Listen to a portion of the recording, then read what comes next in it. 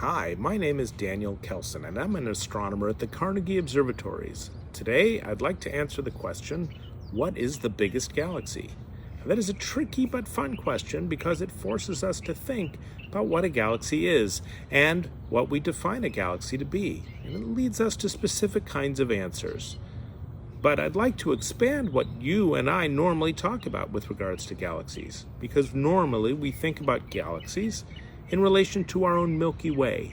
And our Milky Way is a collection of many billions of stars with a bunch of cold, warm, and hot gas in an extended disk that's relatively flat with spiral arms and surrounded by an extended halo of dark matter in some diffuse distribution, along with some more hot gas. But while our Milky Way isn't exactly isolated, it is not living in an environment with a lot of other galaxies of similar mass and size.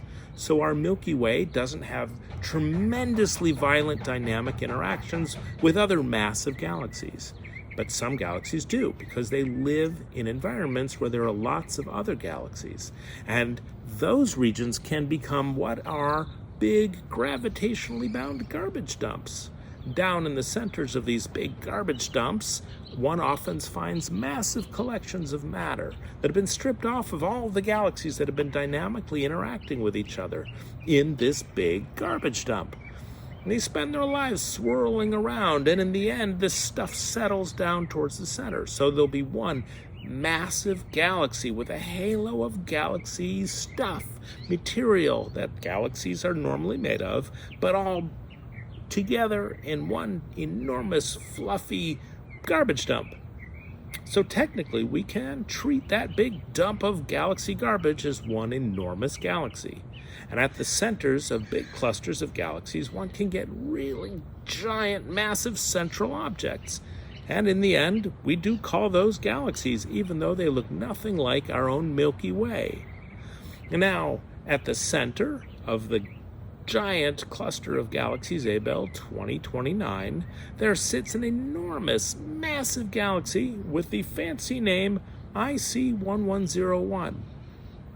It has probably something close to 100 trillion stars in it over its full extent, which reaches out more than a half a megaparsec from the center of this garbage dump in radius. Now remember, a parsec is about 3¼ light years, so a radius of 600 megaparsecs is about 2 billion light years. And our own Milky Way galaxy then is, in comparison, really small because it's only 100,000 light years in radius. So IC1101 is probably 20,000 times bigger across. Is that right? Gosh, that's a big number. Thank you very much.